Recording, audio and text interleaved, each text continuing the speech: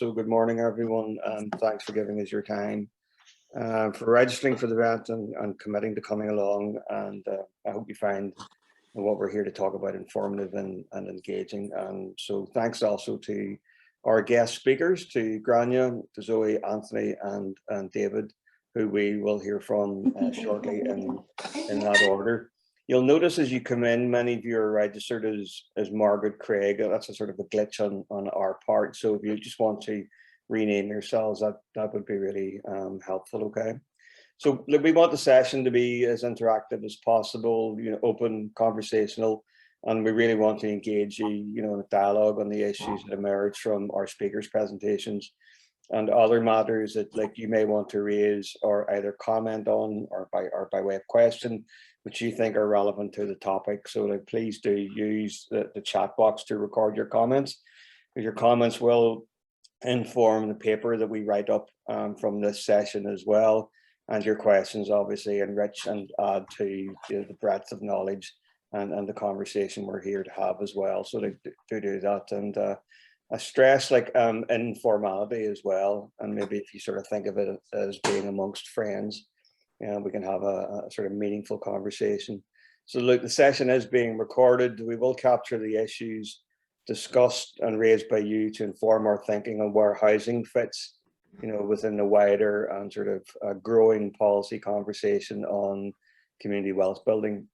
This is the final in a series of online public discussions on themes related to community wealth building that we've been having. And thus far, we've looked at a number of different areas, including public anchor networks, making financial power work for local places, including a role for the credit unions in that space, and a further conversation about a mutual bank.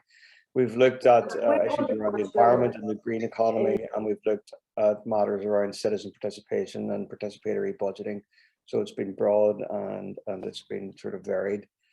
So today's webinar then is part of that wider program that DT&I and our partners Trademark we've been leading on over the past 10 months. And tomorrow afternoon, so I'm giving you this as information, we'll hold our annual conference, and in that we'll reflect on the journey that we've been on in community wealth building. So that'll explore the international perspectives on what's meant by community wealth building, and the keynote address will be given by Ted Howard from Denver, Colorado. Ted is the co-founder and president of the Democracy Collaborative, and his address will be supported by national and regional perspectives, including from Sarah Longland from Class in Manchester, Anya Gawthorpe, who will cover the foundational economy work in Wales, and here we'll have input from Professor Brendan Murtagh, reflecting on the recent work on community wealth building that we've been leading on ourselves with Trademark. So registration for that is still open, but it will close later today. So to date, we've engaged directly with the voluntary community sector, in part to gain a deeper appreciation of what community wealth building means to them from their perspective, and for us to capture an evidence base of the broad range of work that's already undertaken by the sector that makes a contribution to the economy of places, to recognize their work as social capital developers and the role they play as key service providers, building skills, building a plural economy, developing more diverse social businesses and cooperatives, and so on and so forth. So we've engaged 50 organizations from across the region. So we've got quite a rich and detailed primary evidence base of information there. It is quite detailed. And the analysis of that has been undertaken by Queens for DT&I and Trademark.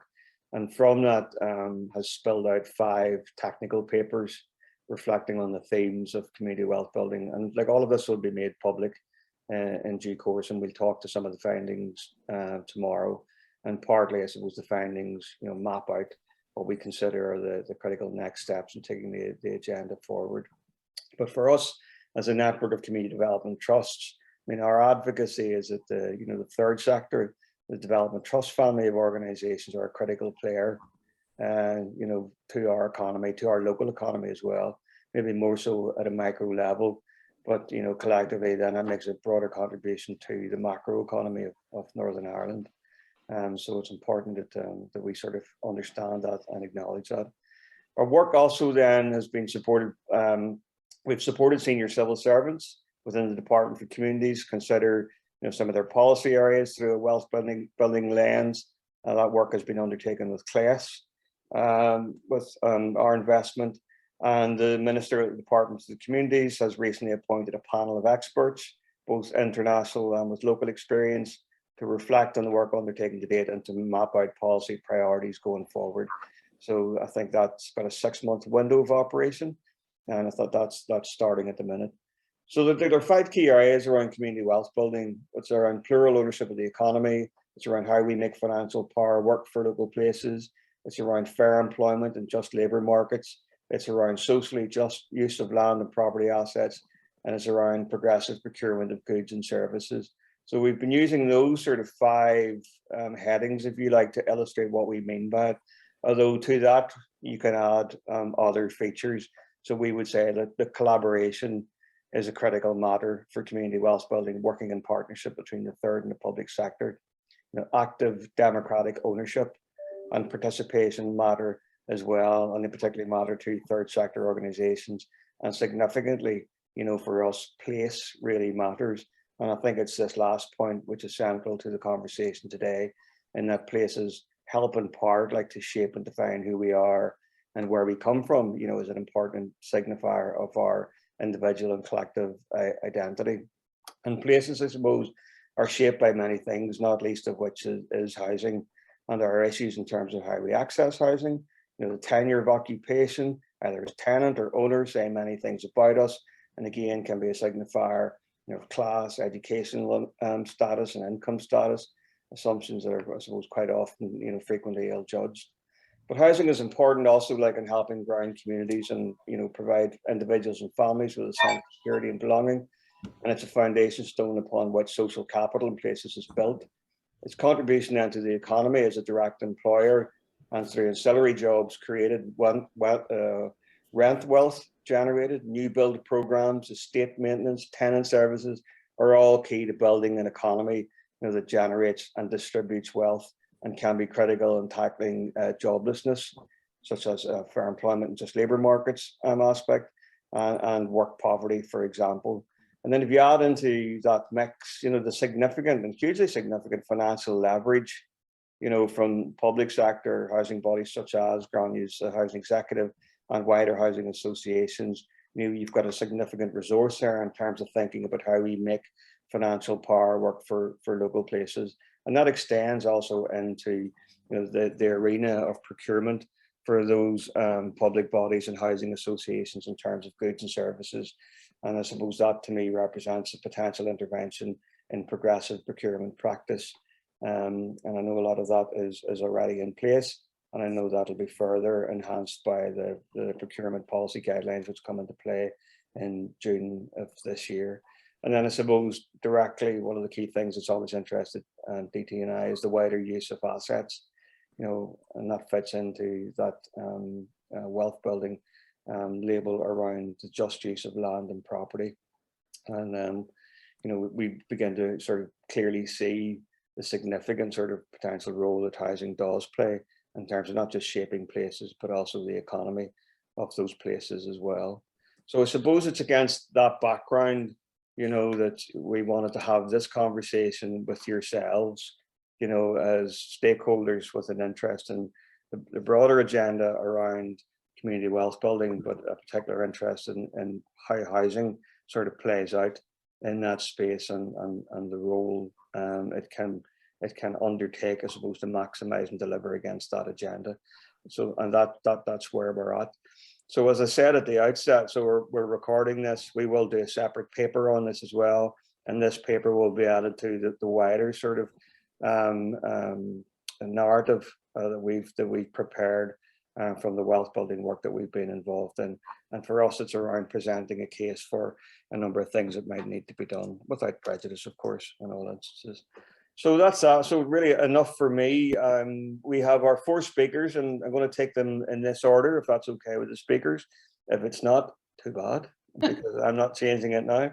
We start with Grania in a second, and from there we take in Zoe from Locality, our sister organisation in England, We'll then move to Anthony from New England Housing Association, and then David. I hope you're fine coming in at the end.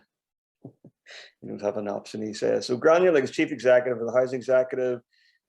She previously was Commissioner for Resilience for Belfast and co-chaired the Belfast Climate Commission. Spent nearly 4 years as Chief Executive of the National Child Poverty Charity in the Republic, and several years working in housing, including as Chief Executive of the Chartered Institute of Housing, previously Director of Chartered Institute of Housing in Northern Ireland. So a broad, detailed and deep and extensive CV in this area. So Grania, can I hand it over to you?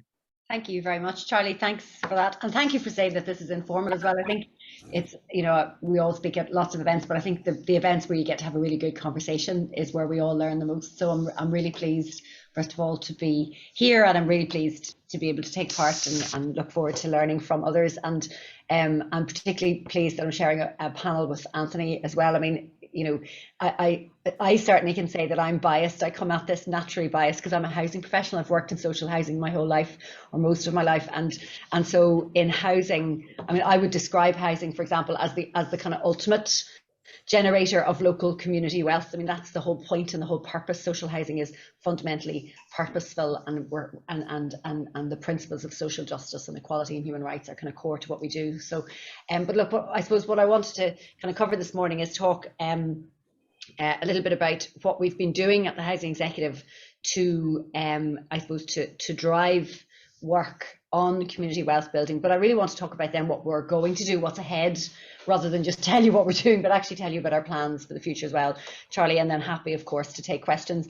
As I say, very pleased to be here, very pleased to show not just my support, my own personal support, but also that of the Housing Executive to the principles of community wealth building. And I want to spend a little bit of time on the work that we do to reduce inequality and poverty and drive inclusive and local economic growth. And I can't really say I'm new to the organisation anymore. I'm here nearly a year, but what I was really pleasantly surprised to find when I joined the Housing Executive last April was an organisation that it doesn't just speak the language of, you know, of human rights and inequality, but actually it does it in practice. And so I see that kind of day and daily in the work that I do, and speaking to colleagues and so on.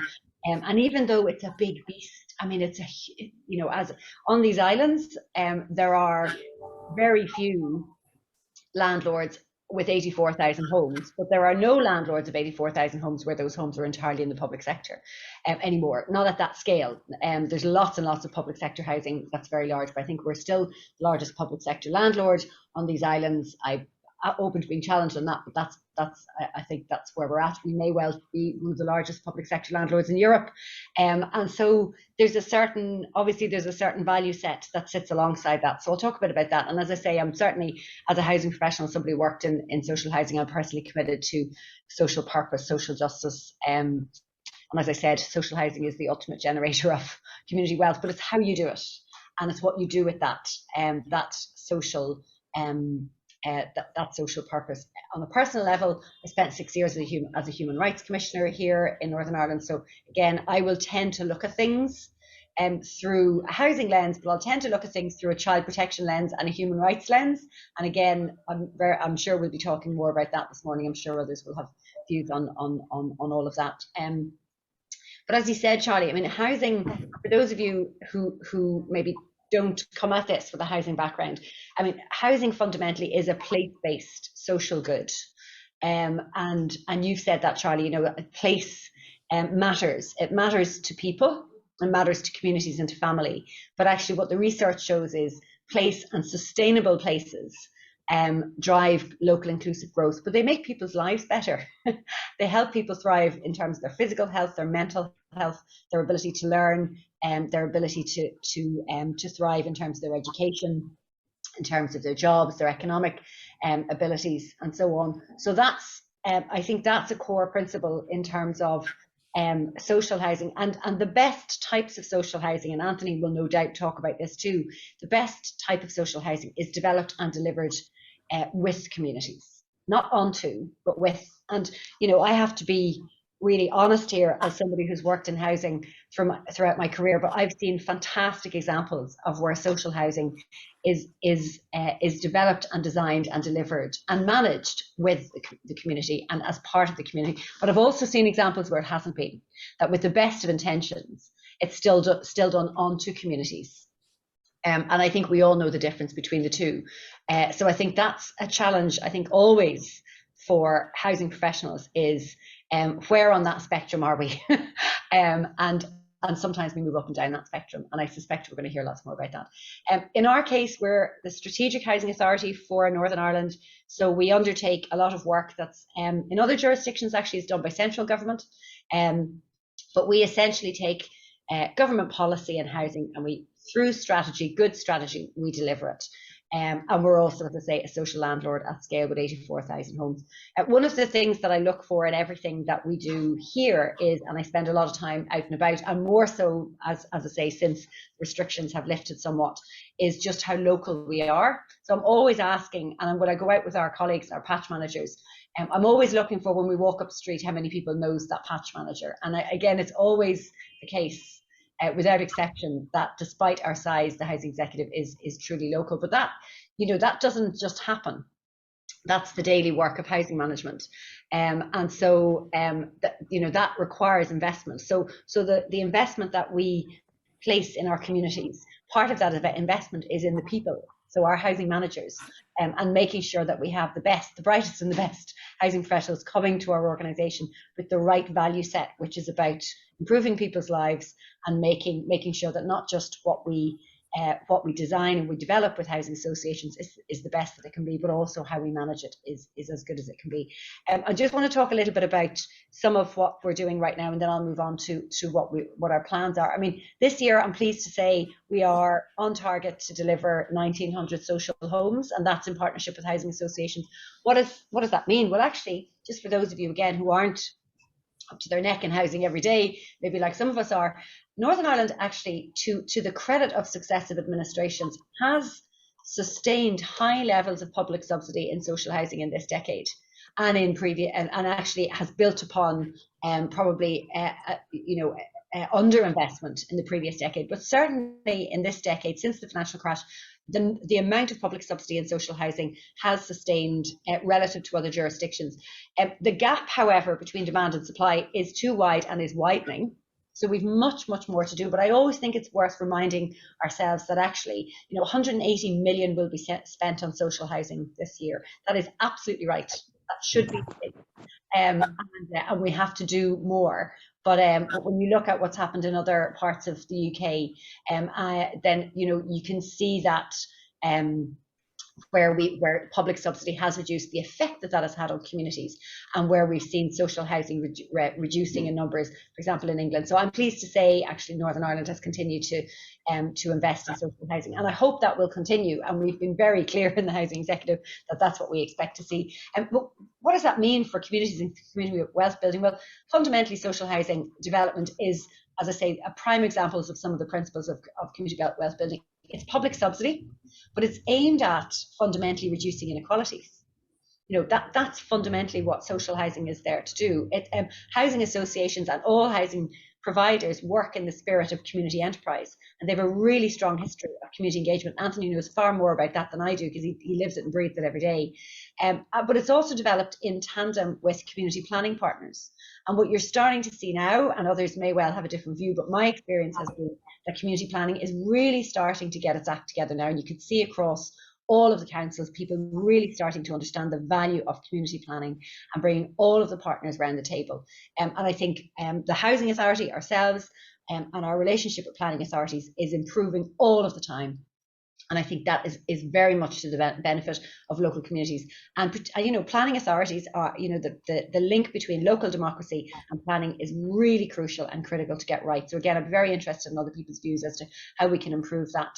But fundamentally, all of that investment in social housing, 180 million in Northern Ireland, probably and compares really favourably with other jurisdictions, will lead to 1,900 new social homes this year, and I hope will be sustained. So that's a good news story, though, as I say, the gap between demand and supply continues to grow. So we cannot, A, be complacent, nor can we take our foot off the gas in terms of momentum. We have to keep pressing ahead with that. I want to talk a little bit about our own stock, 84,000 homes.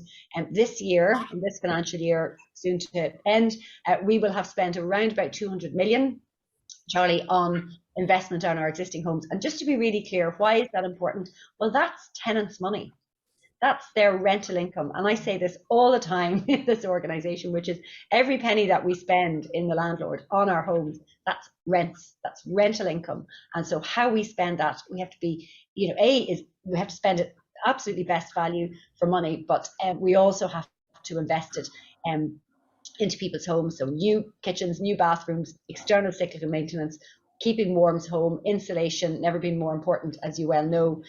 But what I'm acutely aware of, and I'll come on to this when I talk about what we're doing in, now and into the future, is that the sheer value, as you've said, Charlie, for local communities of that 200 million. How do we extract the best public value from that? I mean, that's an eye-watering sum, and I'm very aware of our responsibility, mine and others in this organisation, in terms of how we spend that 200 million and getting the best public value, because the benefit to local communities, to local supply chains, to local businesses, to jobs, it is huge, but could be bigger. And so the win for us is to extract even more value in the right way for that spend. And I'll come on to how we're going to do that.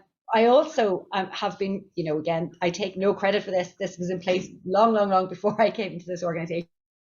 The amount of investment that the housing executive makes directly into communities, whether it's community involvement programs, community cohesion, community safety, community grants. You know that. Everybody around this virtual table knows that. We will spend well over 2.5 million this year just on those community programs. Another, 200,000 we will spend on our housing community network. That's 500 tenants and community organisations that we work with every day. Not just to represent the interests of tenants, that's important in and of itself, but actually it's about much more than that. It's about involving our tenants, our customers, in the decisions that affect their lives. So not doing unto people, but doing with people. Now, I think, and this is something I'm personally very committed to, I think that we could do much better. I think we could do more. I'm very interested in participatory budgeting, Charlie. I've done that in other parts of my career. And I think the win and the really exciting, I think, period ahead for housing providers now is, how do we really ensure that every decision that we make is informed in the right way by the people that we serve? And it's about service, it's about public service, and not automatically assuming that just because we're well-meaning and just because we go to work to do the right thing, that we may still be doing it on our terms and not on the right terms, and not in the terms that will work best for tenants. So how do we ensure we do that? And that's the question I ask all the time. I'm nearly finished, Charlie. I did promise you could just cut me off. You could just put on my mute in a minute. So I will stop I want to talk a little bit about what we're going to do more of, rather than what we're doing right now. As I said, I think I'd like to see us as an organisation having and being much more committed to participation and community participation, which we're very, very good at it already. But I think it's about going beyond now just involvement and engagement, and actually genuinely putting our customers at the heart of the decision making in our organisation. We've started for the first time, I'm really pleased about this, to have a tenant and customer services committee. That's a committee of the board. Okay, so that is a decision making body where powers have been delegated to this committee. And we have just finished recruitment. We've just closed recruitment on that, and I'm really hoping that we will end up with a tenant on that committee. I'm fingers crossed, and I can say no more than that because applications have just closed, but that's certainly our intention, is that committee will have tenants. And by the way, everybody around that committee will be paid a small amount for their time, and so that's why we've done an open recruitment process. We are about to launch our homelessness strategy, which is a really big strategic shift towards prevention. What does that mean? It means much more collaboration with voluntary community sector organisations, which I'm very excited by. It means investing much more heavily in tenancy sustainment. And again, not us doing it, but actually us handing resource to voluntary community sector partners and saying, you do it. So we've just closed a tranche of grant funding for our Sustaining Tenancies programme, and that is designed specifically for community and voluntary sector partners to go ahead and we get out of the way and let them get on and do the work. And there'll be another tranche next year as well. I wanted to mention economic inactivity. I mean, again, we all know this. Northern Ireland, we haven't shifted the dial on economic inactivity. Too many people, too many young people in particular, but too many people are too far from the labour market. And I certainly personally take responsibility for the fact that my organisation spends, as I say, well over 200 million in communities to improve our housing. The big win for us now is about how we take that huge, as you said, Charlie, actually, kind of financial firepower or clout, and actually use that to create jobs sustainably. So we have now, as of this year, we have very strict social clauses in our contracts. And just to give you a flavour, we will spend, I hope, perhaps as much as 260 million next year. Again, tenants' rental income being reinvested into their homes, but our maintenance contracts, our response contracts, those strict social clauses will deliver more than 40 apprenticeships next year. We'll do more if we can. We've not put an upper limit on that, by the way, but that's just, we're starting from here, but certainly we want to see through those clauses in those contracts more than 40 apprenticeships. We've real clarity in those contracts around community engagement and community activity, and we're requiring contractors now to give a certain number of hours in those clauses, including community investment. Again, I can give some detail on that in Q&A and so on, but again, very, very clear, and our board is holding us to account on that, so that those contracts are there, they're signed, and they will be delivered in that way through social clauses. And I suppose my final point is, hopefully I've made that point clear, is I'd like to see now in our new corporate plan a strong shift towards co-production. I'm not a massive fan of that term because I think it means too many different things to too many people. I essentially describe it as doing with rather than doing onto. So that's probably a better principle from my perspective. But I think you will start to see over the next period of time even more involvement. I think we did it already, but even more involvement of our tenants and our customers. Because I'm very conscious, as I say, if I'm spending that amount of money of tenants' rents in their homes, then I want them to be clear that we're doing the right thing. And I suppose fundamentally that's what housing is all about. Charlie, I'll leave it there. I probably have gone way over, but hopefully that's given you a flavour of some of the work that we're planning, and happy to chat some more. That's perfect, Grania. Thanks very much for that, for detailed, comprehensive overview of everything that the executive has done and is doing and is looking to do. And it's all very, it all sounds quite great in some ways. I suppose for me, like some of the things I take from the points that you made there are the opportunities that exist. You talk about place and participation in particular. And I suppose we would say, like, we have an infrastructure of quite robust and well developed, what we would call community anchor organizations. Many who are there 30, 40, 50 years. Do you know what I mean? Who are delivering a broad range of services. And I know the executive has been instrumental in a number of the programs it has run, including its social enterprise approach in recent years, in terms of investing in that infrastructure. And I do see personally, I suppose, that the opportunity in terms of like participation is around working with those organizations and considering ways and means in which they can be supported to respond to emerging supply chain opportunities and become a service provider, a goods provider for the executive as well, delivering on a shared agenda. So thanks for that. I'll add nothing more to that at this point. I'll leave it open to everybody else. I just want to introduce Zoe now, and Zoe sort of brings a different sort of like perspective and contribution to the conversation around housing and community wealth. And Zoe's going to talk a little bit about the work that they've been involved in England around community-led housing, which is something also that's very close to our own area of interest in Development Trust NI, in which we're trying to encourage, again, community anchor organisations to have a more critical relationship with housing supply, if you like, and many of our members, are already in that place with a small portfolio of housing stock in rural places and urban spaces. But Zoe, she's currently leading the housing. She's the housing program manager for locality and the community-led homes partnerships, managing a £4 million community housing fund for 2021-22, the revenue program on behalf of the department for levelling up homes and communities. She's also managed the National Community-Led Housing Startup Support Grants Programs and the Enabler Fund Program as well. Her previous roles included working for, she brings international experience to this, is for Victoria State Government in Melbourne, supporting organisations to apply for capital and revenue grants of up to $500,000, I think that's Australian dollars, as a housing research officer. So a broad base of practical experience to share with us. So Zoe, over to you. Thanks, Charlie. Hello, everyone. And yeah, thanks again for the invite for today. So I'm going to talk about what the community-led housing sector looks like in England, and a bit about how it has been helped to grow in terms of the funding that's been available and the infrastructure support as well. So I'll just share my slides with you now. Hopefully this will work. Bear with me. Okay, so hopefully everyone can see my slides. Is that okay, Charlie? That's perfect, yeah. Brilliant, okay. So as Charlie mentioned, I work for Locality.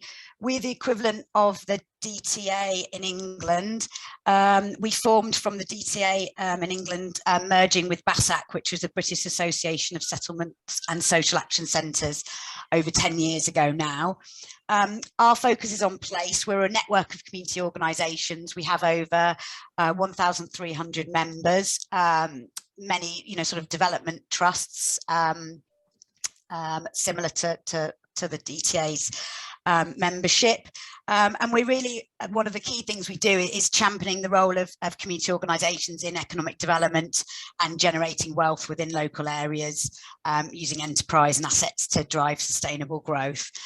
So our membership has lots of asset ownership, over 550 million ownership of assets, with a combined income of 315 million. Before I start with the community-led housing stuff, I thought it was just worth mentioning some of the wealth building work that we do, if anyone's interested. We've done a lot of work with our Keep It Local campaign, which is all about sort of progressive procurement and supporting the public sector to encourage more local commissioning with our members.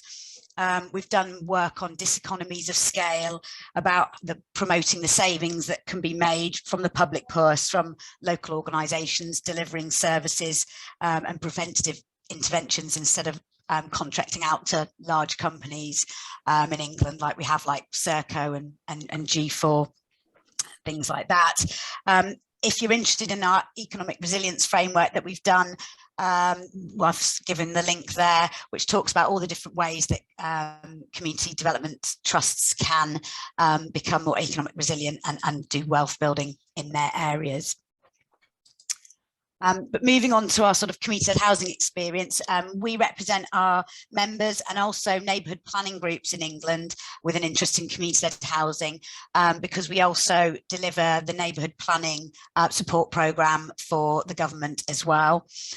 We do lots of things like building networks and connections. We do lots of skills exchanges to support our members getting together to learn about innovative ways to do community-led housing. We have qualified staff around the country who are community-led housing advisors that support groups to develop their schemes. We also develop resources, and a lot of these are on our My Community website. And one of the biggest things we've done is we work collaboratively with our national partners. We're one of 4 members who have joined something called the Community-Led Homes Partnership. So we joined with 3 other national membership organisations, the National Community Land Trust Network, the Confederation of Cooperative Housing, and the UK Co-Housing Network, because we realised we all had members doing community-led housing, and rather than being in competition with each other, we should work together to ensure we could support the development of the sector. And through that partnership, we managed to secure quite a bit of government funding, and Locality's role is to manage that funding on behalf of that partnership. So that partnership's role is we do lots of lobbying government to secure funding for groups. We've managed to secure over £800,000 for small grants programs that have now come to an end just recently. We've also managed to secure funding for infrastructure support. So we were able to secure funding to deliver a community-led housing advisors training programme. And we found that was really important because we realised there was a skills shortage in actually having really well-trained consultants really to support groups through their projects. So we developed an accredited training programme for advisors. We also set up an Enabler Hub grant programme and support programme to develop a network of infrastructure organisations around the country who are there within regions to create a supportive policy framework and infrastructure support for community groups in their areas to develop community-led housing. And then we've also do a lot of work commissioning and undertaking research as well to support and help our lobbying. So one of the pieces of research we did was around value for money, and this was really was commissioned to provide evidence for the value of community-led housing to the taxpayer ahead of the comprehensive spending review in 2020, and this showed that over a 10-year period, £1 of every money spent on community-led housing delivers £1.80 benefit, rising to £2.70 when health and benefit savings, well-being and economic distribution are factored in. So it was a sort of shorter and longer term cost benefit analysis of community-led housing.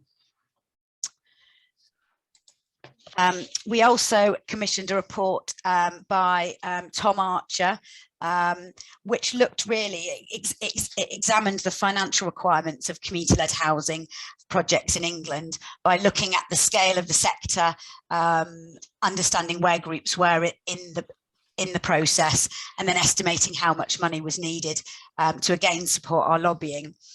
And that found that there's over 650 active community-led housing projects in England, with a pipeline to deliver another 12,000 homes. So that's additional homes rather than the community-led homes that already exist.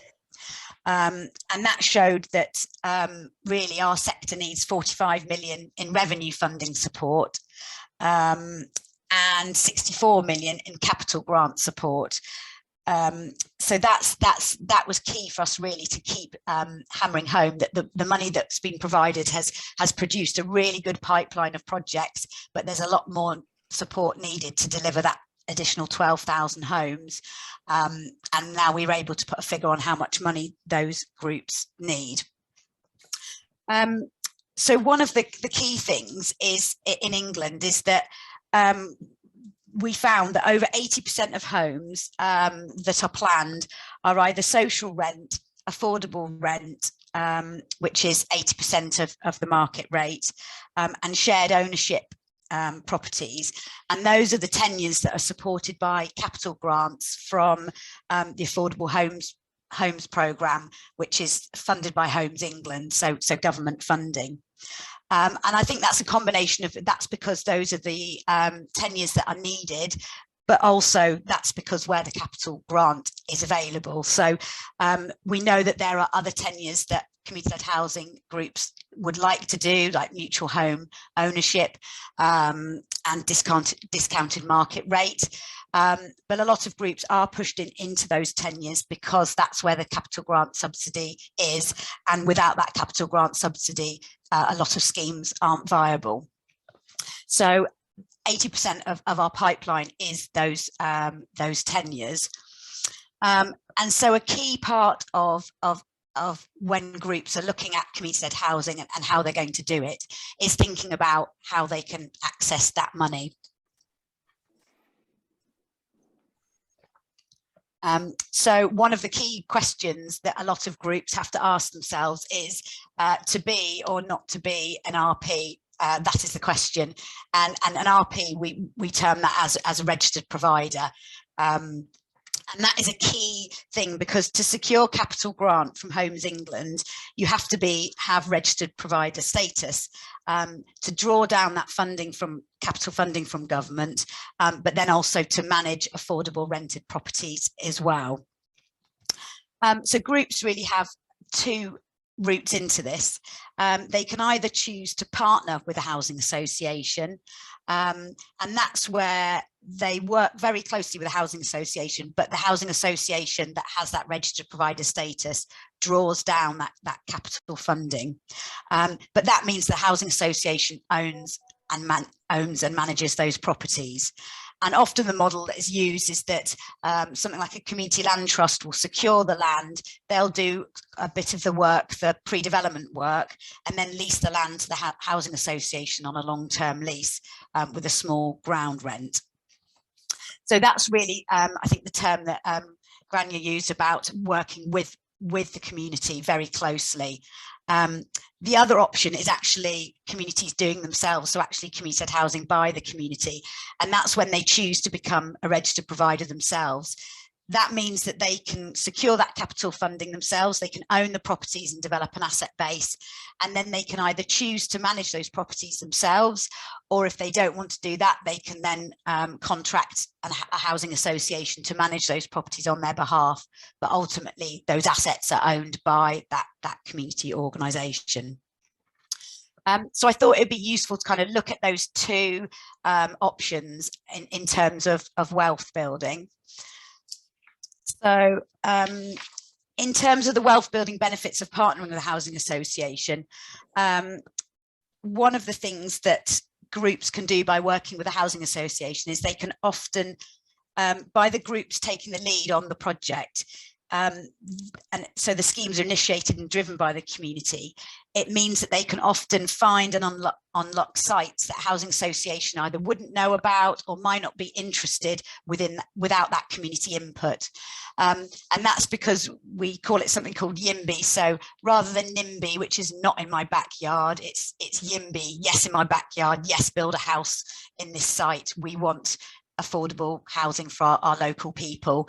And so it really means that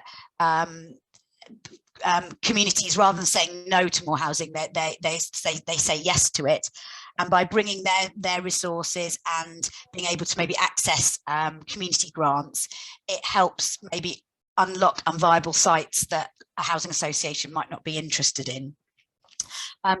Those groups can also then influence the housing association's housing allocations policies. So really making sure that the housing meets local people's needs and local people get a priority rather than, say, a wider housing waiting list. And ultimately, those groups can then make sure it's housing that meets local people's needs. So they might develop a scheme that's specifically for young people or for older people, for example, and they might have more influence over things like how energy efficient those houses are and the design of the houses and shared facilities. So in terms of wealth building, it can bring lots of opportunities. It can bring back underutilized resources like derelict land and perhaps refurbishing buildings. Ultimately, it's bringing more affordable housing, which means those residents have more spending power in the local area. It can retain local key workers and families to safeguard public services, especially in more rural areas. And then obviously the well-being impacts of all of that affordable housing, healthier residents, more productive workforce, and then savings in non-housing budgets as well. So it's all about that. Social housing leads to the avoidance of bad outcomes and can be viewed as a positive form of intervention rather than what we call spending on failure demand and having to provide services when things have gone wrong for families later down the line.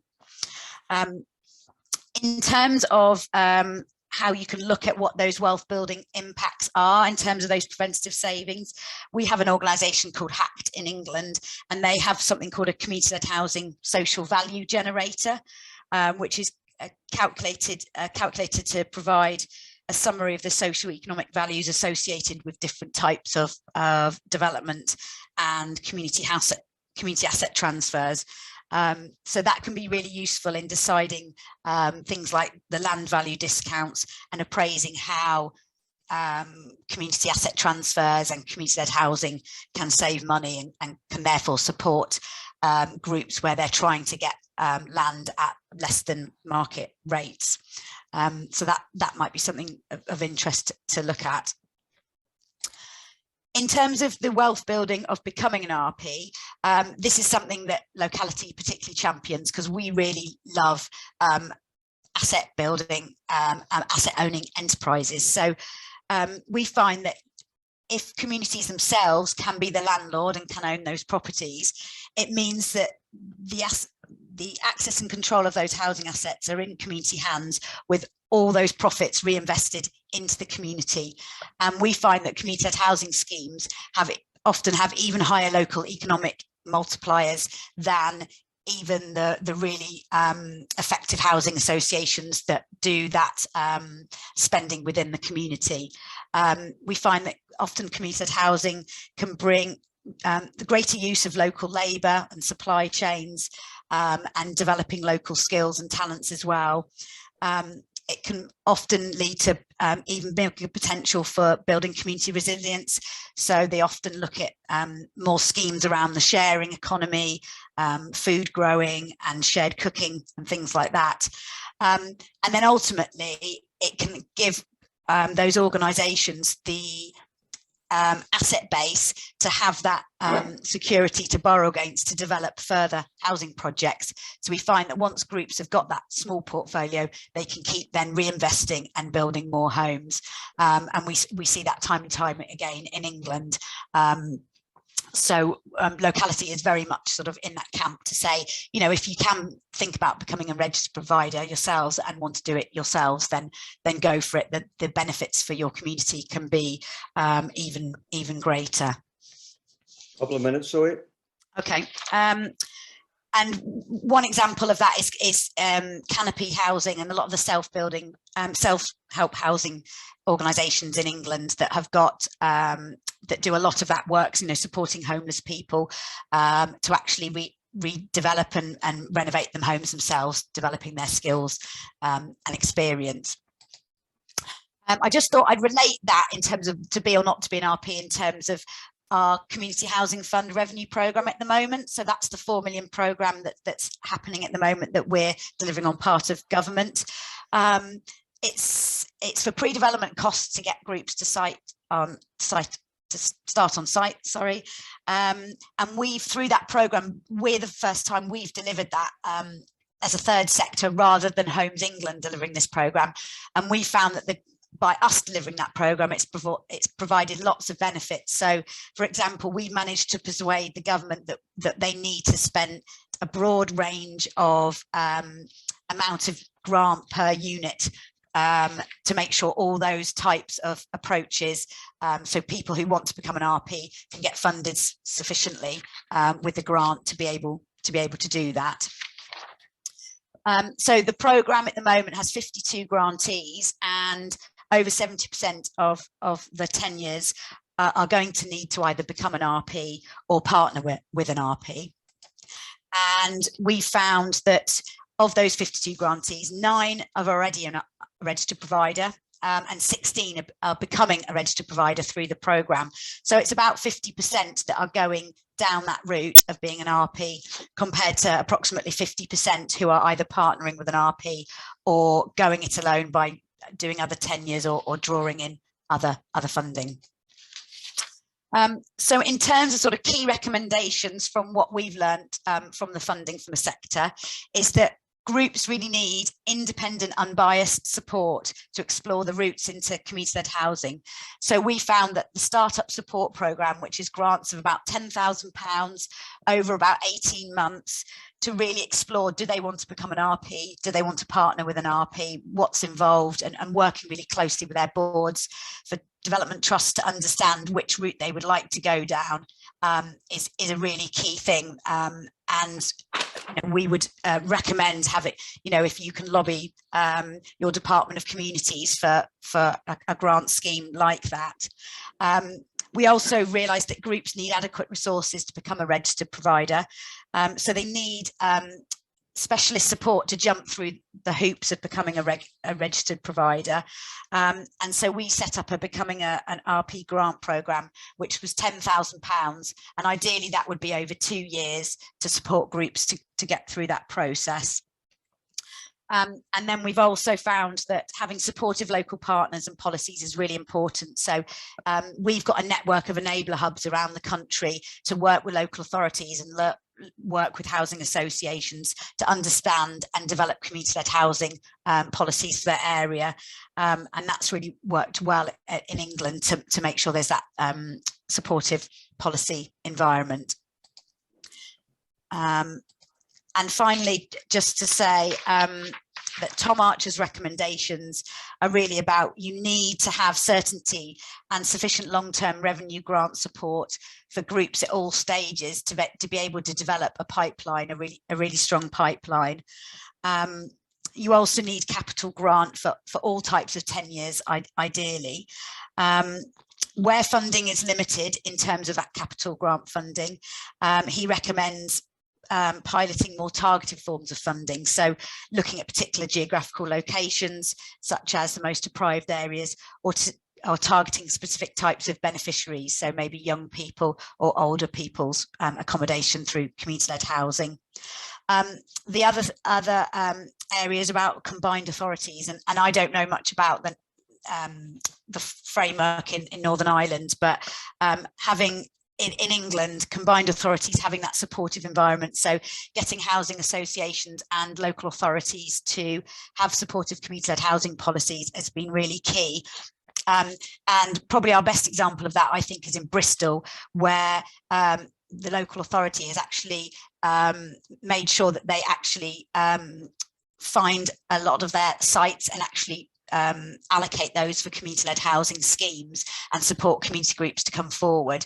So they've got an enabler hub that is supporting those groups to develop schemes. So finding sites is a real key one, and by local authorities actually allocating sites by having community-led housing policies has been a really key thing for the support of and the development of the sector in the UK. And then finally, he recommends, the language of placemaking, which is completely on topic with this. It's really about wealth building, value capture, the additionality that community-led housing can bring to gain support from local politicians, local economic partnerships, and in your case, the Department of Communities, to see if they can provide those revenue and grant resources to support those community groups to develop, or supporting development trusts themselves to come up with schemes and develop them through to fruition. So sorry if I've gone over, Charlie. I've finished now. Thanks very much. Thank you very much. Thank you very much, Zoe. Like a lot to think about there. We will make those slides available to people afterwards as well. And we will be reflecting on the work of locality on a separate piece of work we're leading on, and looking at community-led housing in Northern Ireland as well. But lots of food for thought there. In terms of, we don't have community land trusts here. We do have members who are in that housing space, but not in the manner in which communities are supported to be in housing in England, for example. I think the whole sort of comment there and input around partnering with housing associations much more strategically is a really, really important part of the conversation. It's a really significant intervention in terms of driving this agenda forward. But I also think as well, from Northern Ireland perspective, our housing associations, all of them, many of them still are local, but all of them were at one point local. They have their grounding, if you like, so to speak, in particular places. Some of them have scaled and grown, but some of them still remain very much rooted to the places in which they emerged from. And I'm thinking about Flaxter, North Belfast Housing, Grove Housing Association, for example, Woodvale and Shankill Housing Association, and of course our next speaker, as I segue into Anthony Kerr at Newington Housing Association. Anthony, you're up. Thank you, Charlie. And you're going to be my beautiful assistant. I've had a technical issue as far as my PowerPoint goes. So 1 second. Thank you very much, Charlie. I suppose just echoing Zoe and Granya's thoughts around this. when I was asked to do this and participate in this particular program here, I had to think long and hard: are we a community wealth builder? As an organisation, and it's been more crystallised to me that we are. I would see ourselves as a community organisation that happens to be a housing association first and foremost. And I suppose if you just push on to the next slide, Charlie, I'll sort of give everyone a bit of background at the Newington. And just back to your point, we all started local in some shape or form, and we were formed by local volunteers back in 1975 as a response to the Troubles. And I just showed you some pictures, there of the scale of dereliction. That's 3 streets in the Newington area, and that could have been replicated across whole streets, hundreds of houses that were actually derelict. And I've said here we're primarily focused in regeneration in the 70s and 80s. We're still primarily focused on regeneration. That's what we do. And some of those pictures there that you're looking at could have been replicated in the limestone area in 2010, 2015, and other areas of North Belfast. We are rooted still in the community. We are a community-based organisation which operates exclusively in North Belfast, and if 95% of our properties are in a fairly defined area within North Belfast: New Lodge, Newington, Lower Cliftonville, and wee bits in the Cave Hill Road. But we operate in an area where we 95% of our properties are in the first and the third most deprived wards in Northern Ireland. So there's massive deprivation, and a lot of challenges. Just want to move on. All right. So just a wee bit of context of where we are now. Grant just talked about 85,000 homes. We're quite modest in this. We have 720. I said circa here because we are coming to the end of the right to buy scheme for housing association tenants, and we have had a lot of interest and a lot of run on our properties at the moment. So maybe by the end of the year we'll have 600. With the interest that's going on and buying properties. But we became a member of the Apex Housing Group back in 2015, and they're one of the larger housing associations. And I think this was at a time, Charlie mentioned Flax in North Belfast, Grove. I know Agnes is here from Grove Housing Association. Back 2014, the 4 local housing associations in North Belfast looked about coming together and merging into one community-based housing association in North Belfast. Unfortunately, that didn't happen for a number of reasons. But at that stage, there was a consolidation of the housing sector. A lot of mergers, a lot of organisations being taken over, and we thought that we were better off as a community-based housing association, setting our stall out and joining a group where we didn't have to worry about what was happening in the sector. And Apex were a perfect group for a housing association for us, because we felt that they shared the same values and ethos as us, community first. So our primary focus has always been working in partnership with the community and delivering new homes and services.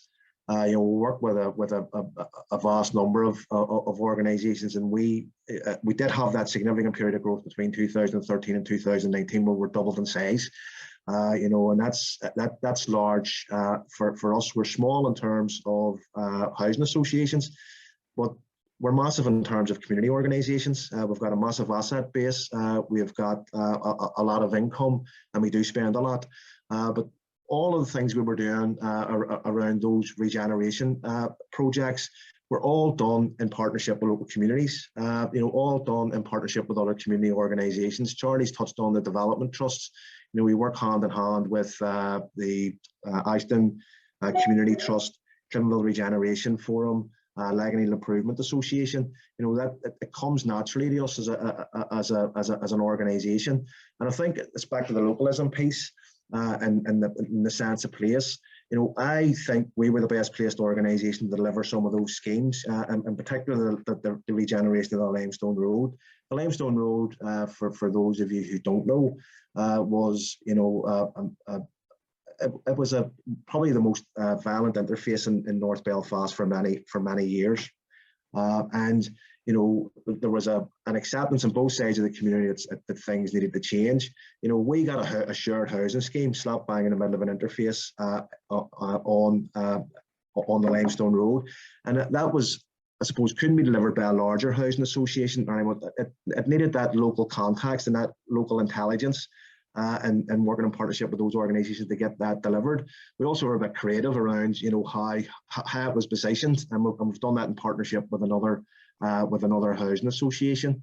The long streets and the redevelopment of North Queen Street, the various phases throughout the years, it's all been done in concert with the community. So asking the community what they need, giving them a meaningful input on what the homes are going to look like and what those homes mean for the wider for the wider community. And our approach to delivering these has, it has been recognised both in Northern Ireland and the UK, not only for the quality of the homes that we deliver, but the approach we take in delivering those homes and the partnership working we do as a result of that. And there's just an example of some of the schemes and some of the houses that we have delivered over the years. And anybody, looking at those, you wouldn't say that's their social homes. You wouldn't say that, anyone would be proud to live in those homes, and I'm immensely proud to be involved in delivering them. Okay, so really what it means for us as a local housing association, and I suppose the primary thing for us is accountability, and what that local accountability means. More than 50% of our board and staff are either from North Belfast or live in North Belfast. And I suppose that, because you live somewhere, it doesn't mean you're connected to place. There's two elements to this. As a chief executive, I go along to a board and say, blah, blah, blah, blah, we are doing this. Our board know, our members in the board live in the community, they hear what's going on in the community. They're allowed to seize opportunities in the community, and they're part of the community. The other issue around the staff living is all about intelligence and knowing, where problems are, how to solve problems. So, it's a blessing and a curse, but it really works. Really works for us. We've also got a tenants forum, an active tenants forum, it's a vehicle for our tenants to participate and influence the decision-making process within the organisation. There's probably 7 or 8 members on that at the moment, and we're continually building the capacity of those members. Newington were blessed in the past where we always did have tenants on the board. Our last tenant resigned a number of years ago, and we have a commitment in our current strategic plan, our current business plan, and our tenant participation strategy to get a tenant back on the board. And the way for us to do that is to support that forum and build the capacity of those forum members to get somebody on. And I think, just touching on Grania's point earlier on, that is the ultimate decision making, and within the organisation, and help to shape how we move forward as an organisation. Our office is in the heart of the community. I'm sitting here in a brand new office, which is fantastic. We're out of the area we're out of this office for a number of years. But having the office in the heart of the community means we're accessible. There's nothing more like local accountability when you're walking around to get a pint of milk or a sandwich, and somebody goes, "Hold on, wait a minute, come here. I didn't get, this repair is not done," or "Did you hear what happened here?" And we moved back into the office in January, and I must say that Grania touched on who knows who. When you're walking down the street as a housing officer, a patch manager, or a chief executive, the welcome that our tenants and the local community have for us being back here, because we do feel we are an anchor organisation, an important organisation within the community. And the other issue around the office is now that we want this to be a community hub. We've already opened the doors for community organisations to come and use our facilities, and we just hope to build on that. We're also a very active member in our local community empowerment partnerships, and that is us signaling our intent as we're not a housing association, first and foremost. And I think housing associations are operating that grey area where sometimes you're seen as a statutory organisation, you're seen as a voluntary organisation. But that's us planting our flag here. We sit in that partnership, along with a myriad of other community groups, and we fully participate in multi-agency forums and family support hubs. And that's not just coming along and attending a meeting. our staff who are involved in throughout the organisation, they're empowered to make a difference. This is really what we're about. Hopefully, making a difference to people's lives and the general well-being of the community. And while rent arrears and repairs might be the reason why we're going out and speaking to someone, that's a hook to get in and have a conversation with people around how can we make a difference to your life? How do we signpost to all these other organisations that we actually work with? And if you want to push on to the next slide, Charlie. And that's just a list of some of the partners. There's loads and loads more. These are just some of the key partners that we work with.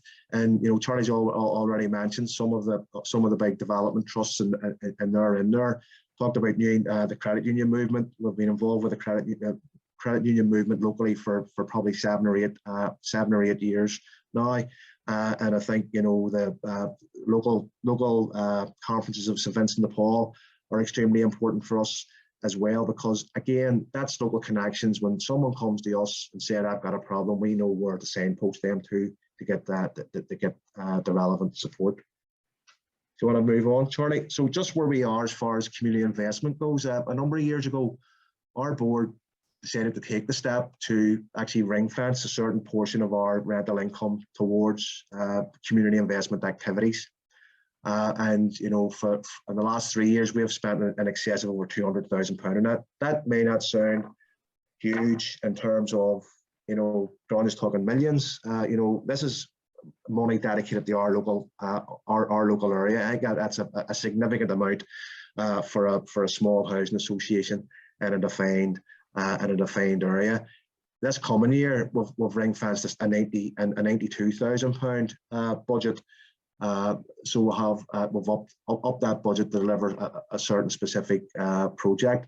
But the activities that we're involved in, and we fund a welfare post through the North Belfast Advice Partnership, and I think that's key for us, because it's us providing support, and it's not supporting Newington tenants, that's the wider community. That's accessible to the wider community, and everything we do is through the lens of the wider community. It's important to deal with tenants, and some of the activities we do are focused primarily on tenants, but a lot of the stuff we do is focused on the wider community. So that welfare advice post was started 2 years ago, and it was primarily as a result of universal credit coming to North Belfast. But it wasn't about seeing someone and getting someone advice around this is the benefits you can get. It was about having the conversation about training, employability, and everything else there to move people beyond the benefits and get them back into economic activity, back into work, back into training, for their own particular set of circumstances. So we funded that post through a match funding with the Nationwide Trust, and I'm delighted to say that the amount of buyback and return over those 2 years was almost 1,000 people through the doors of this one advisor, and the annualized benefits over 2 years that were received through the intervention of that advisor was almost £2 million, and that's £2 million going back into North Belfast.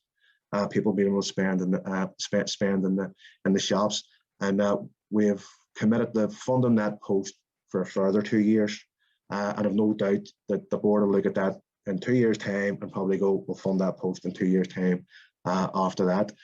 We're involved with Newington Credit Union in the provision of educational bursaries, and we recently won a Chartered Institute of Housing Award for this, for the partnership working. So we give, I think it's 10 bursaries a year, 12 bursaries a year in partnership with the credit union. These are for our tenants and our tenants' children.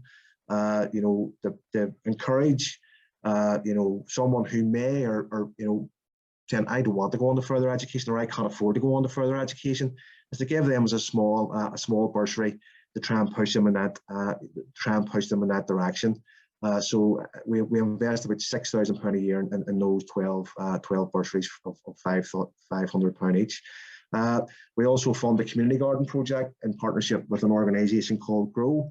in one of our shelter schemes.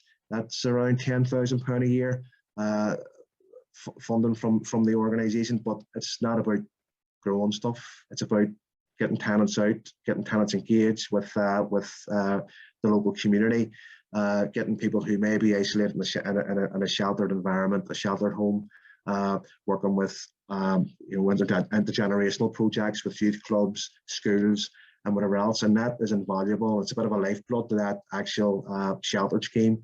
And if anyone wants to come and have a look at it, you're more than welcome to contact me, and we'll give you a wee tour of that. 2 minutes, Anthony. No problem. We also have a match savings scheme to encourage our tenants to join a credit union, and that's really in response to doorstep lending. Get people in, get them into the credit union, and then they've got access to another bit of funding.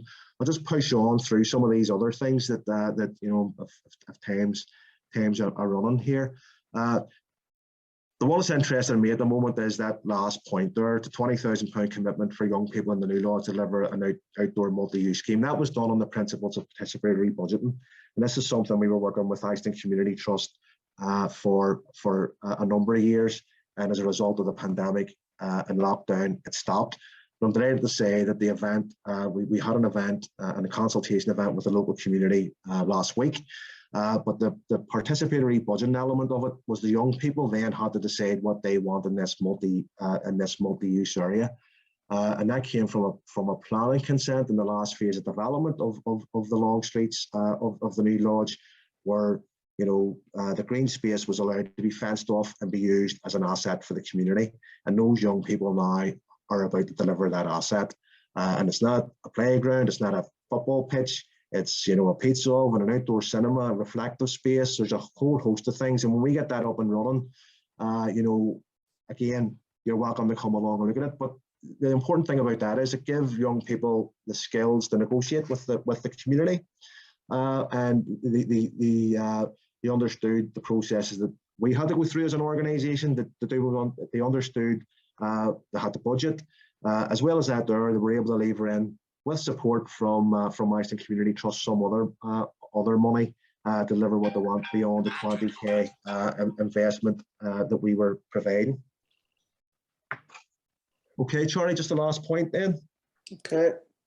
So I suppose where we are in the next steps for us, we're like Grania, we're committed to housing apprenticeships and want to employ young people and put them on a career path. So hopefully, I think the Chartered Institute of Housing, and I must say the Housing Executive, were instrumental in delivering this program. Where we look at hopefully a local young person and put them on the step to a career in housing, because it's I love the job. I do.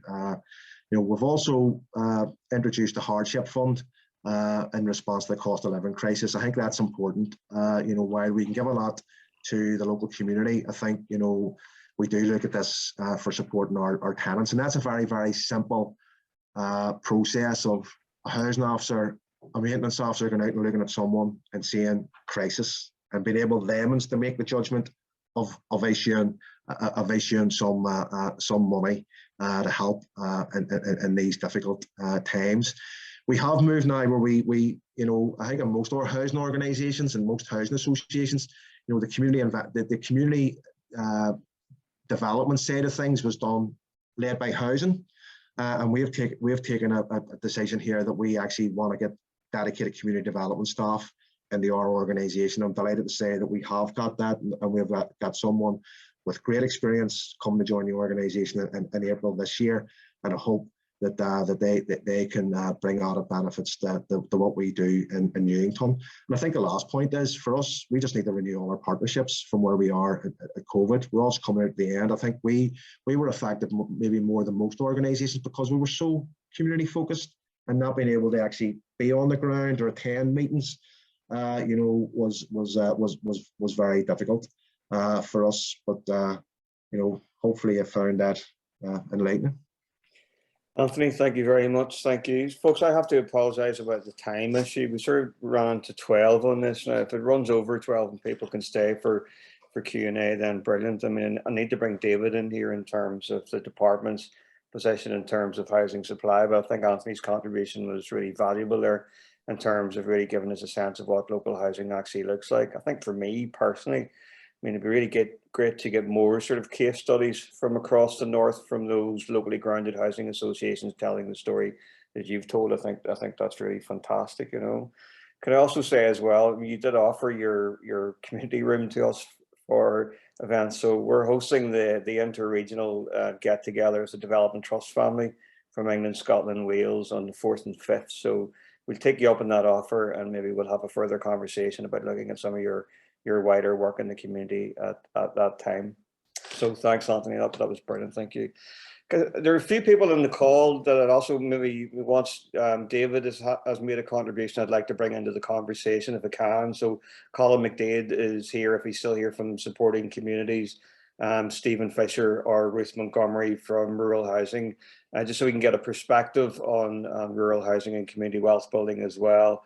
Possibly then Martin Fisher from Irish League of Credit Unions. Just thinking about the work that the League has advanced in terms of investing in housing in the Republic of Ireland and what that says about future opportunities here in the north. And then Chloe True, if Chloe's still here, from IPPR, who've been doing a lot of work in terms of advocacy around citizen participation and engagement around housing development. So if you can maybe make yourselves available to come in after this in terms of comment, that'd be really helpful. But for now, without sort of just going on to the biography, David, can I just say welcome and over to you? Okay. Just a short version of the biography is that I'm David Polly. I'm Director of Housing and Supply Policy in the Department for Communities. Charlie, I have slides, but I did them last night. I'm going to try and... Yeah, you work away. Can I make you co-host? I think there it you might go. work. It might work anyway. Can you see that? Yep. Yeah. There's not many. Hang on. There we go. So I didn't really know who was going to be here. So my first slide is sort of what DFC does. Lots of you are very, very familiar with this, but really quickly, for those of you who might not be, we are responsible for social housing. A lot of that's done via the housing executive and the housing associations. That includes who gets it, building it, the standard to which it is maintained, and the entire ecosystem around social housing. That includes SHDP, which is a Social Housing Development Programme, about £180 million worth of grant every year to build new social homes. Intermediate housing, so that is affordable housing which is not social. So the main version of that in Northern Ireland at the minute is co-ownership, although Apex has a scheme as well, which is a shared ownership to progress people into home ownership. But we are developing other types, including intermediate rent, actively developing those. Supported housing, and this is an area where it was mentioned around where what we call housing associations, or RPs, which is the English term. A lot of supported housing is done by housing associations. Quite a lot of it is where they partner with another organisation to provide that, like the Paul or like the Salvation Army or something like that. Homelessness and homelessness duties, which are discharged through the housing executive, and we regulate the private rented sector. We are responsible for housing standards. We're responsible for fuel poverty. We are working with infrastructure, local planning and local councils on the local development plans. And we're doing work around the housing supply strategy, which is around the whole housing system to try and make sure the whole thing supports all of that. Some reflections on what I thought were the important bits. The Department for Communities focuses our work on housing those who otherwise would struggle to house themselves. So that is in and around reducing housing stress and reducing or ending homelessness. That includes homelessness housing for vulnerable groups, affordable housing of different types, which is subsidised, and temporary accommodation for people who are homeless.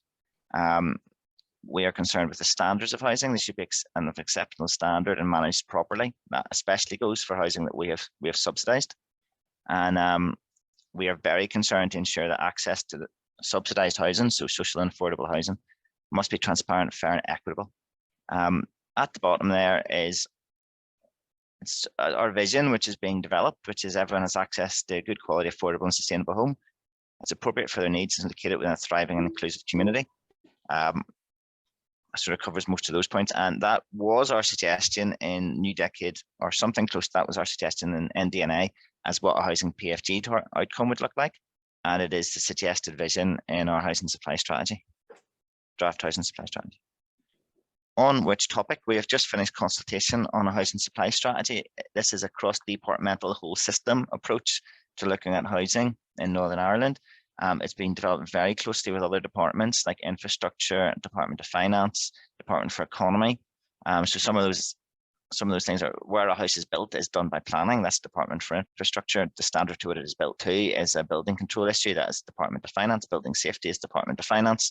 The energy strategy is going to be extremely important about what we build and how we retrofit our houses over the next couple of generations. That is the energy strategy is Department for Economy. Skills is Department for Economy. So if you look at the whole system that we work within, there's an awful lot of cross-cutting work. So we've developed with all those partners a housing supply strategy. And within that, I've scoured through it for mentions of community wealth building, and they fall into two sort of groups. And I'll sort of, so first of all, we name check community wealth building, and the blue box at the bottom is what we say it is.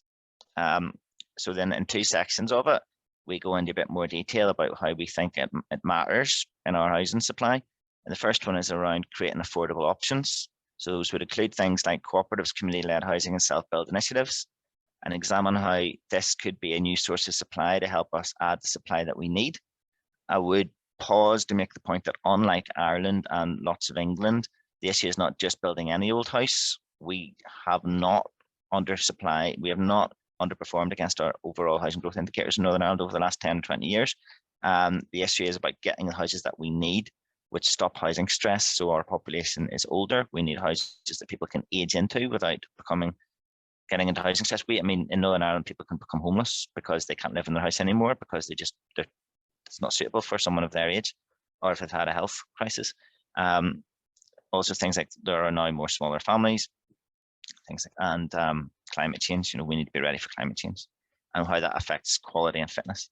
And then explore the potential for wealth building approaches and community asset transfer in order to assist in the delivery of that. And then the second area is in and around the better places parts of it, which is around the community-centered approach to creating sustainable and thriving places, community wealth building and asset transfer to support that. So there's two different aspects of that.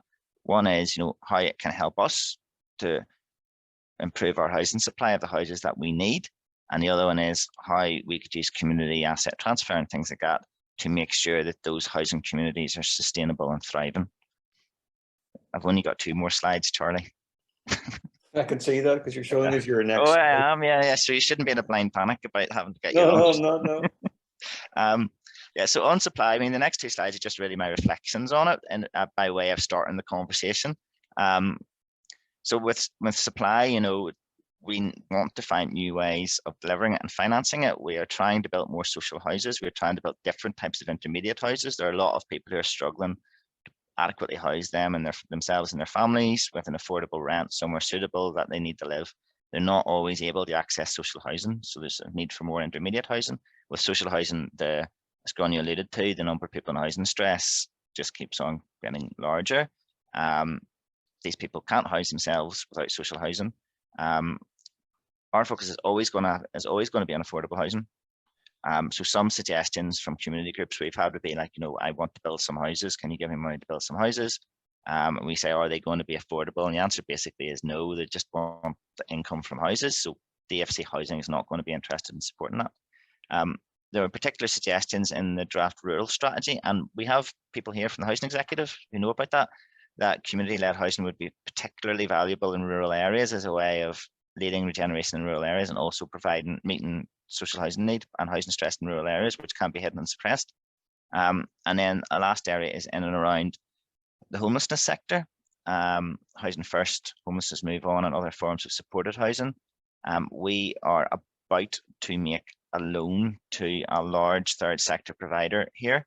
There are already 2 organisations here in the homelessness sector who are using housing to move people on from homelessness, and the department is looking to support that. So we are talking to a few organisations in that space, and we're about to make a loan for a homelessness provider to buy houses to move people out of hospitals into, basically. Then on places, how do we make housing communities sustainable and thriving? So part of that is what Newington and the housing executive were talking about. You know, you have housing communities, you want to invest back in them. How do you do that? Another part of that, I think, is housing-led regeneration. That was how Newington and a lot of the housing associations started as well. You know, what turned into, even some of the larger ones started during the Troubles because there were empty houses, and there were population transfers, and they worked in that space. But there's still a need in this, and quite a lot of places what the community says that they want is more people moving in. That's in rural areas, but also in urban areas. So it's not unusual to find spaces, unused urban spaces, and they can be regenerated. Well, it could be one type of regeneration, or it could be housing, and housing brings in people. And as was alluded to, people bring jobs, you know, spin-offs in the local economy. They go to the shops, their children go to school, they support the local community organizations, kids play in the football club or the GAA club or whatever, and things like that, and it brings new life back in. So we have done housing-led regeneration, a BSc, Building Successful Communities pilot, which includes houses in Tigers Bay, and there's other ones up in Ballymena and places like that. So it's not unusual to find people in housing stress living quite close to somewhere, but if you regenerate that area, they would choose to live there. And it has been an issue in the past that there's areas where people would not really want to live. There's a lot less of those in Northern Ireland, which goes to great credit to housing associations and the housing executives who worked an awful long time in this area. I think there's opportunities around procurement. This has also been alluded to, but housing associations and the housing executive have large procurement contracts because houses need maintained and they need fixed. Tenants need supported. That is done with social clauses. It does make what we do more expensive than it might otherwise do. In some ways, possibly that's a bar to organisations becoming housing associations, because if you become a housing association, all this sort of stuff comes with it. But there are hundreds of millions of pounds being spent, and it should be spent as wisely as possible to get as many spin-offs as possible. And the government is committed to that. And a few other things as well, you know, around the provision of services, how some community organisations I know are looking into this, you know, their training, and where there might be opportunities. There will be opportunities in retrofit. Some housing associations, the housing executive has a DLO and is looking to set up a training academy. Some other housing associations looking to do that too, and they're looking basically to develop and grow their own skills to make sure they can look after their houses properly, but also that'll benefit the people in their communities who might move into jobs and careers in that area. The last slide says any questions, but there's 3 things on it that I thought we might want to talk about, and most of them have been raised. And Charlie, most of them are on foot of my conversation with you, and I reflected on it a wee bit more. But there was a question around housing associations. I mean, some of them are definitely very local. Newington is one of them, but not everywhere has a local housing association. So some of the other ones, the department has worked quite hard to make sure that social house building can happen everywhere. So Apex was the Derry Housing Association. Yeah. It was very local. I mean, when you talk to people who were there when it was set up, it has a really interesting and very definite birth story, but it is now building houses all over Northern Ireland. And from our point of view, that's a good thing, because it means the benefits of the social housing development programme apply everywhere. On the other hand, has it lost some of its roots? And how can it make sure that it's local as it gets bigger? I don't want to make it sound like this is just about Apex, because it is not. You know, but as those organisations grow, how can they make sure that they keep on going back locally to those new communities that they've moved into? Financing around these things. We spend a lot of money in this area. The grants are for HAG, and it's for social housing. And social housing should be properly allocated. That's very important in Northern Ireland. It's something that's different from England. There was a point there in the slide about how, you know, you might be able to influence how houses are allocated. That will not happen here. There's no appetite to change how social housing is allocated here. It has to be off the single list. It has to be fair. But we also have scope around loans. Housing brings in rent. Organisations should be able to repay loans. Our moves into the intermediate housing space are funded through loans. Co-ownership is funded through loans. And then I suppose the last bit, which is alluded to, surpluses, income, what happens to them? In the housing space, we like to see it recycled into tenancy sustainment, more housing, more social housing development, you know, the development officers in the housing associations who go off and look for the next ones, back into their local communities. Is that the expectation? You know, if other organizations came in, might they want to use it for other things? There's 3 things I'd like to talk about. That's me. Great stuff, David. Thank you very much. Excellent. And I'm sorry that we're pushed for time as well. And Grania has had to step out at 12, which is, I'll blame her now that she's gone, like, and which is why we set it from 10:30 to 12, because she had to move on. Like, so, but I think, you know, that we can't unpack all of this today. Do you know what I mean? We were just starting a conversation around like where housing fitted within the broader work we're doing in community wealth building. And I think like the 4 contributions have been very rich in terms of adding to that debate. But I'm keen now, like while we still have the time ticking on, if people are happy to remain, if we can maybe just bring in some additional commentators. I want to start with Colin McDade from Supporting Communities. Colin, if you can unmute yourself. Thanks, Charlie, and thanks for the opportunity to contribute. Had a fantastic session this morning. Really enjoyed it. Great speakers, and I think you're absolutely right when you say there this is the start of a conversation. We find ourselves in Supporting Communities in a unique position in that we're a grassroots organisation, community development organisation that works with 500 plus communities across Northern Ireland. We also are the independent tenant organisation, and from the Department for Communities, and when David's speaking there, so we have a connection there, but also we have a relationship with social landlords. And obviously we see on a daily basis the work that social landlords are already doing in this area, and the contribution that they can make to communities. And when we chat about communities, we're chatting about people and places. From our point of view, it's where social landlords are providing the opportunity and the infrastructure, putting the infrastructure in place in order to enable people to get involved, tenants to get involved, customers to get involved, and to hold their landlords to account, but also providing opportunities for them to benefit from the huge spending power that social landlords have. So there's already fantastic things happening within the sector, and we are aware of that, and we see that. There's loads more. I'm really interested in the whole community-led housing conversation and Zoe's contribution earlier.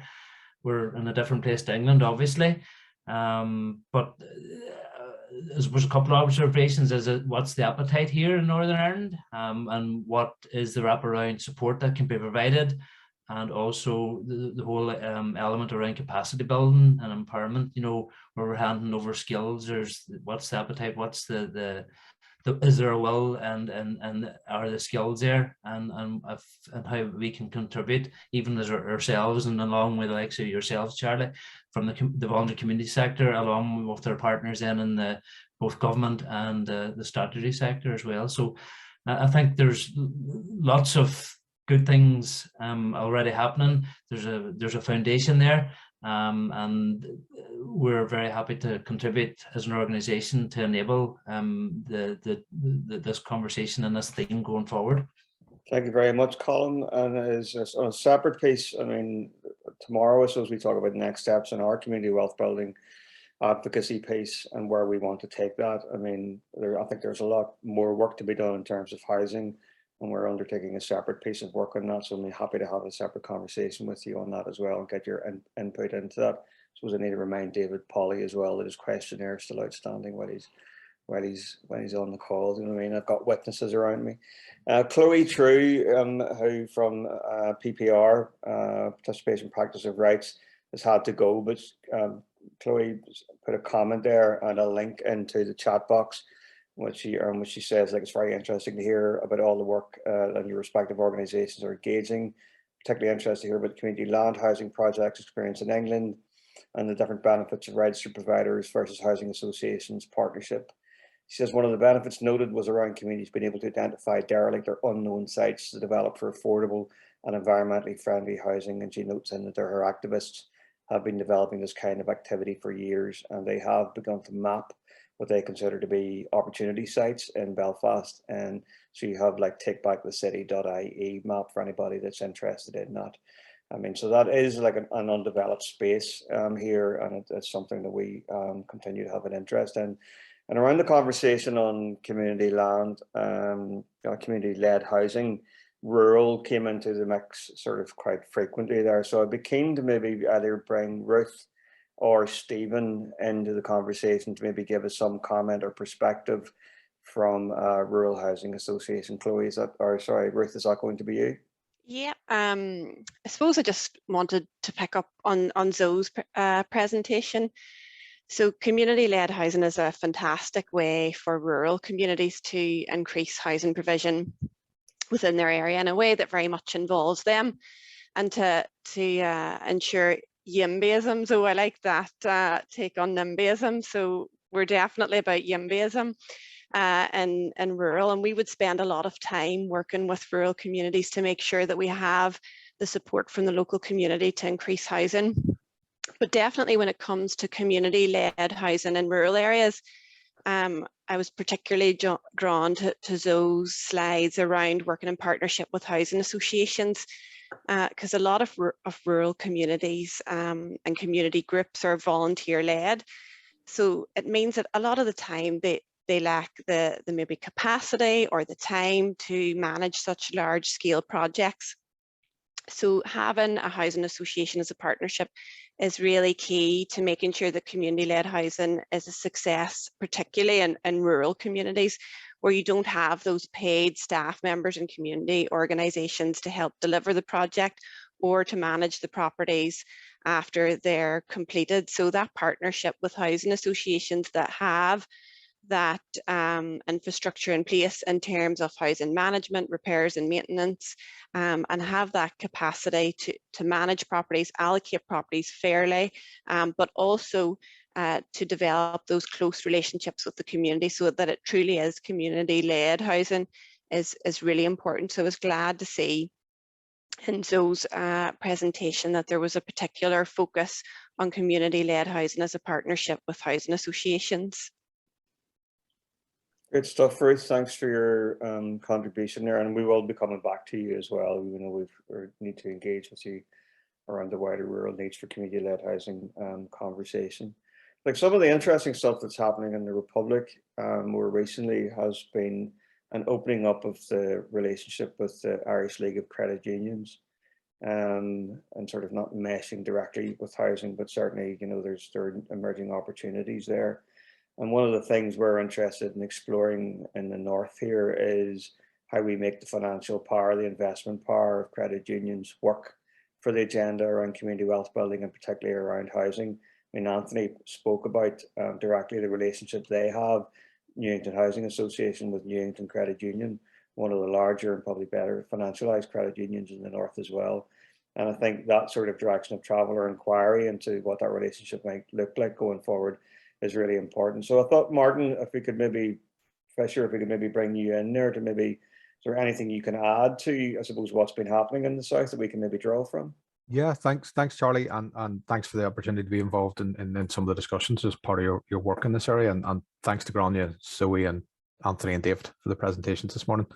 As you say, Anthony in particular has highlighted the key role that credit unions are playing in the communities in Northern Ireland, and about 38% of the population in the north is a member of a credit union compared to 2% in the rest of Great Britain. Credit unions, as you know, are owned by their members, not shareholders. Our earnings are passed back in interest rebates or dividends and lower fees.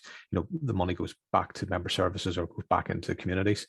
And I suppose from a community wealth building perspective, money loaned locally is often spent locally. And on that basis, we're undertaking a project at the moment to explore the metrics around how our credit unions can explore and understand the social impact that they're having in their communities. And we hope that can be expanded out into across the island so that we can see the social impact that they're having. I think as all the speakers have mentioned, collaboration and partnerships across a wide number of parties is going to be key to the future, especially in the next couple of years with living costs going to keep increasing and causing problems for people across society. David mentioned retrofitting. We've been working with Energy in the Republic of Ireland on energy retrofitting lending opportunities for our members. So there's grants process, and then the rest of it can be topped up by a loan from the credit union, and then the work undertaken by Energy and their partners. We've had discussions with the Department for the Economy recently to see if there's any potential future opportunities in that area in Northern Ireland. In the Irish League of Credit Unions, we represent 87 credit unions in Northern Ireland. We've recently launched our policy manifesto, and I'll put a link to it into the chat before we go. But it sets out the ways where we want to support the growth of credit unions, communities, and the economy in Northern Ireland. And most of all, in terms of today's session, our credit unions would like the opportunity to invest in social housing.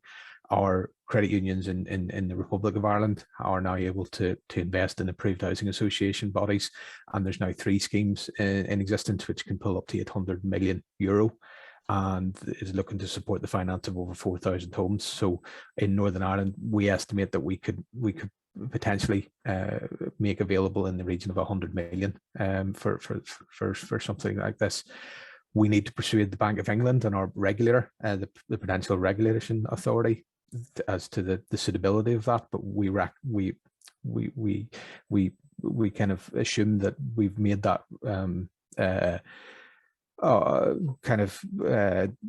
we've made the play to the Central Bank of Ireland, and they've now allowed credit unions to do that. So we're hopeful that we have that precedent now that we could do something similar in Northern Ireland.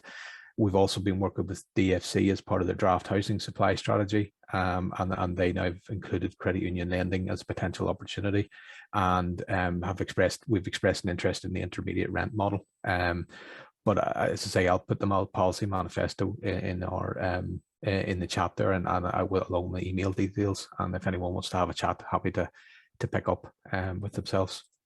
Thank you very much, Martin. I think you'll probably all agree. I mean, it's really exciting. In some senses, it seems like a no-brainer.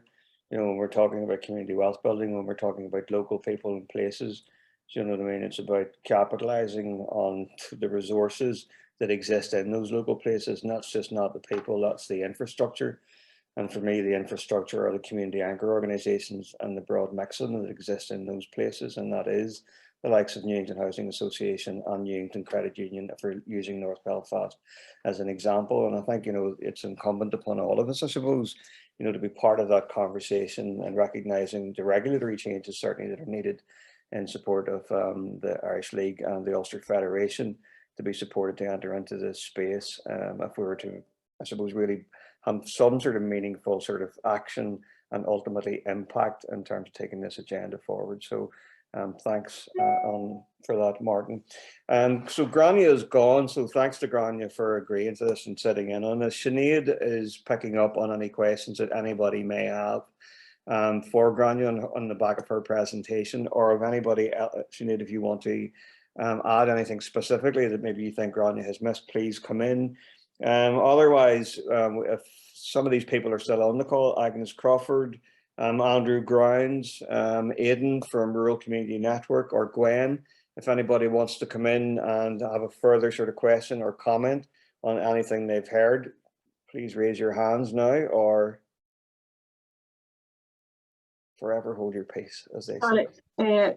Charlie, I was just going to ask, I know this is being recorded, and on behalf of a colleague who couldn't make it this morning, are we all going to get a link, or do we have to request it, or how does that happen? You know, we'll edit like this, yeah, so there will be a full recording of it, and it will be made available. We'll post it online, so anybody that wants to sit through this again, I suppose, and draw something else from it can certainly do that as well. So thanks, Gwen. Yeah. Aidan, anything that you Charlie, maybe want to? Oh. Charlie, just in terms of reflection, I think it's been a really good input from all the speakers, and community-led housing is something obviously that we're interested in, and as Ruth was chatting about earlier, has potential in rural communities. But I suppose one of the things that I would just concerned reflecting on the levels of, and Grania talked about it when she was on, the mismatch between demand and supply, and the levels. Well, particularly in North and West Belfast, we know it's an absolute scandal in terms of the numbers of people in need on the waiting list, and that, you know, housing need generally across the north is going up, even in rural areas where we're seeing levels of homelessness that we haven't seen previously, and we're seeing, you know, in terms of, I suppose, for housing association tenants and housing executive tenants, there are protections there, and you're dealing with organisations that are accountable and have, you know, policies that try to engage tenants. But I suppose our concern, and certainly we're seeing in Mid-Ulster, is the private rented sector, and it's the people outside the social housing, affordable housing tenures, where the real hardship is. So I suppose my reflection on this in terms of the conversation and the seminar, as well as developing community-led housing as a model, we still need to be focusing on that, you know, at scale development of social housing out there to meet the chronic levels of social housing need that's in nearly every constituency across the north. Thanks very much, Aidan. Look, as I said at the beginning of this, I mean, there will be a separate paper on this, which will add to the other papers that we've developed around all of the work around community wealth building.